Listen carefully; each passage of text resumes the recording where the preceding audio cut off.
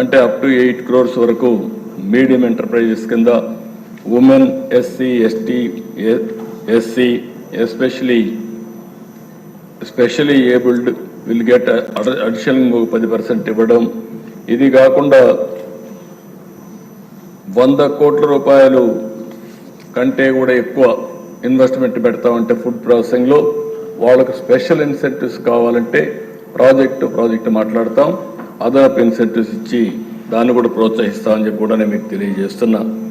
ఎవరైనా cold chain పెడతామన్నా, అదే మరిగా ఇరాడియేషన్ పెడతామన్నా, లేకపోతే టెస్టింగ్ ల్యాబ్స్ పెడతామన్నా వారికి కూడా ప్రత్యేకమైన ఇన్సెంటివ్స్ ఇస్తాం. ఇంకో పక్క పార్క్స్ అన్నీ కూడా nano parks with flatted factory complex కడితే urban areas and common infrastructure facilities అని ప్రమోట్ చేస్తాం. ఇది కాకుండా ఈరోజు ఇన్సెంటివ్స్ మీరు చూసినప్పుడు లార్జ్ ఫుడ్ ప్రాసెసింగ్ ఇండస్ట్రీస్ కోసం 25% FCI ఫర్ ప్రైమరీ, అదే మరి 35% సెకండరీ, టెరిషరీకి, MSE ఫుడ్ ప్రాజెక్ట్స్కి ఇన్సెంటివ్స్ ఇస్తాం. ఇంకొక పక్కన ఎగ్జిస్టింగ్ యూనిట్స్ ఏమైనా ఉంటే వాళ్ళు కూడా 20% వరకు టెక్నాలజీ అప్గ్రేడ్ చేసుకోవాలంటే వాళ్ళకు కూడా ఇన్సెంటివ్స్ ఇస్తాం. ఇది కాకుండా మోడర్న్ మీట్ ప్రాసెసింగ్ కానీ అలాంటివన్నీ పెడితే, ఎనిమల్ ఫీడ్ యూనిట్స్ ఇవన్నీ పెడితే 35% వాళ్ళకి ఇన్సెంటివ్స్ ఇస్తాం. FCI ఫర్ లార్జ్ యూనిట్స్కి 15% ఇస్తాం.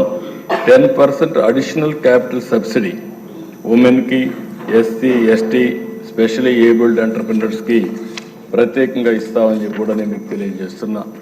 నా ఆలోచన ఒకటే, ఇక్కడుండే మెంబర్స్ అందరూ కూడా కోరుతున్నా, మనం అగ్రో ఫుడ్ ప్రాసెసింగ్ ఇండస్ట్రీ ఎంత ప్రమోట్ చేయగలిగితే ఫార్మర్స్లో అంత స్టెబిలిటీ వస్తుంది. ఇది ఎట్టి పరిస్థితుల్లో కూడా ఈరోజు చాలా వరకు మీరు చూస్తే ఎస్పెషల్లీ వెజిటబుల్స్ కానీ ఫ్రూట్స్ కానీ లాసెస్ ఎక్కువ ఉన్నాయి.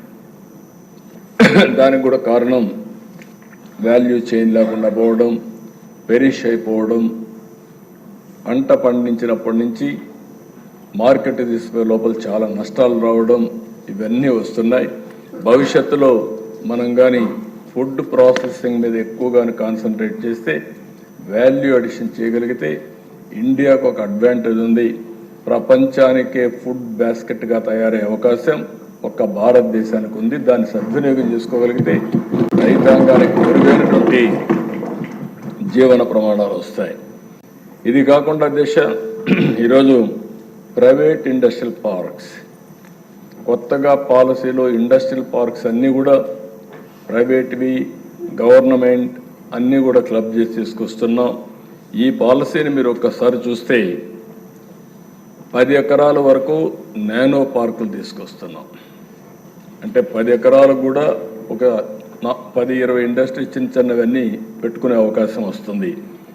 MSME పార్కులు 10 ఎకరాల నుంచి 100 ఎకరాల వరకు, లార్జ్ సెక్టర్ స్పెసిఫిక్ పార్క్స్ వచ్చి 100 నుంచి 1000 ఎకరాలు, మెగా పార్క్స్ వచ్చి 1000 ఎకరాల పైన.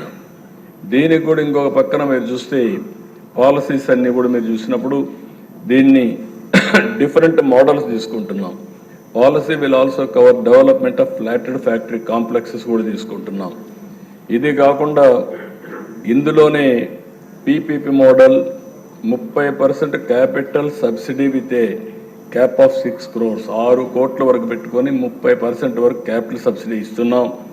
ఇది కాకుండా ఆపరేషన్ మేనేజ్మెంట్ కింద ప్రైవేట్ పార్ట్నర్షిప్ తీసుకుంటాం.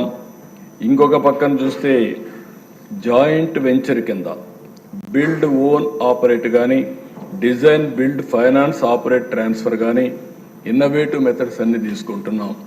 ఎక్కడైనా సరే ప్రభుత్వ భూమి ఉంటే ఎవరైనా ప్రైవేట్ వ్యక్తులు వచ్చి మేము పార్కులు పెడతామంటే ఆ భూమి కూడా ఇవ్వడానికి వెసులుబాటు ఇస్తాం. ఒకవేళ మన పార్క్ ఉండి పక్కన ఇంకా కొంచెం మేము అక్వైర్ చేస్తామంటే వాళ్ళకి ఇస్తాం. రైతులే వచ్చి మేము 100 ఎకరాలు మేము పార్క్ తయారు చేస్తాం, మాకు కూడా ఇన్సెంటివ్స్ ఇవ్వమంటే వాళ్ళకు కూడా ఇన్సెంటివ్స్ ఇచ్చి వాళ్ళని కూడా ప్రమోట్ చేయడానికి ప్రభుత్వం సిద్ధంగా ఉందని చెప్పి కూడా నేను మీకు తెలియజేస్తున్నాం. ఎందుకంటే ఇది ఒక ఆనవాయితీ రావాలి. ఎప్పుడు కూడా రైతు భూమి ఇస్తే రైతుకు ఒక నమ్మకం రావాలి. ఈరోజు అమరావతి ఉంది, అమరావతి ఒక మోడల్. రైతులే రాజధాని నిర్మాతలు.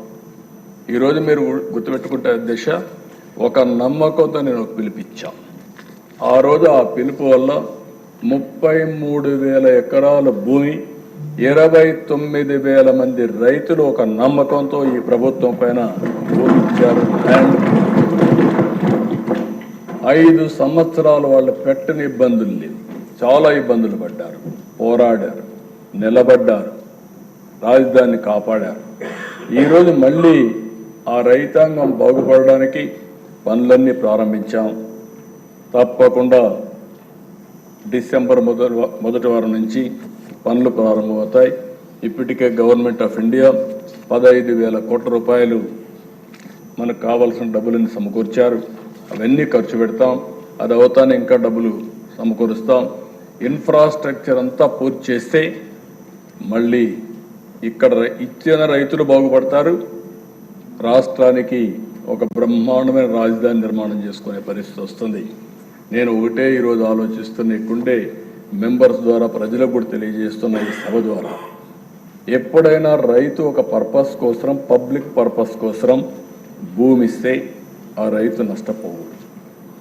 ఆ రైతుకు కూడా లాభం జరగాలి. రైతును భాగస్వామి చేసుకోవాల్సిన అవసరం ఉంది. ఒక కాలువకు కావచ్చు, ఒక ప్రాజెక్టుకి కావచ్చు, ఒక ఇండస్ట్రీకి కావచ్చు, దేనికైనా సరే రైతులు ముందుకొస్తే, ఒక రోడ్డుకు కావచ్చు, దేనికైనా సరే ముందుకొస్తే మనం వాళ్ళని కూడా అకామిడేట్ చేసే పరిస్థితి రావాల్సిన అవసరం ఉంది. అందుకే ఇక్కడ మేము తీసుకొచ్చిన పాలసీలు మీరు చూస్తే అనేకమైన రకాలుగా తీసుకొచ్చాం. ఇందులో ప్రైవేట్ డెవలపర్ ఒక కొంత ల్యాండ్ ఆయన నుండి ఒక పార్క్ వేసుకుంటానంటే, కాదు నా ల్యాండ్ ఎంత ఉంది, మేము 5 మంది కలిసి ఒక పార్క్ వేసుకుంటామంటే పర్మిషన్ ఇవ్వడానికి సిద్ధంగా ఉన్నాం. దానికి కూడా ఇన్సెంటివ్స్ ఇస్తామని చెప్పి కూడా నేను మీకు తెలియజేస్తున్నా. వీళ్ళే కాకుండా private developer can also pool the land from other farmers. You can start on its own. ఆయనకు కూడా ఇన్సెంటివ్స్ ఇస్తాం. ఇంకొక పక్కన పాలసీ ఎంకరేజ్ చేస్తున్నాం. వాళ్ళు ఆ పార్కులోనే ఇండ్లు కడతామంటే ఎంప్లాయీస్ కోసం ఆ ఇండ్లకు కూడా పర్మిషన్ ఇస్తాం. లేకుంటే అక్కడ హోటల్ పెడతామంటే దానికి కూడా పర్మిషన్ ఇస్తామని చెప్పి కూడా నేను మీకు తెలియజేస్తున్నాను. ఇవన్నిటి వల్ల ఒక ఎకో సిస్టమ్ క్రియేట్ అవుతుంది. ఈరోజు మీకు శ్రీ సిటీ ఉంది. శ్రీ సిటీలో మీరు చూస్తే one of the best eco system. Training centre ఉంటుంది, అదే సమయంలో కాలేజెస్ ఉన్నాయి, హోటల్స్ ఉన్నాయి, మార్కెటింగ్ ప్లేస్ ఉంది, అన్నీ ఉన్నాయి. ఇంకొక పక్క మెడ్టెక్ పార్క్ ఉంది. మెడ్టెక్ పార్క్ మీరు ఒకసారి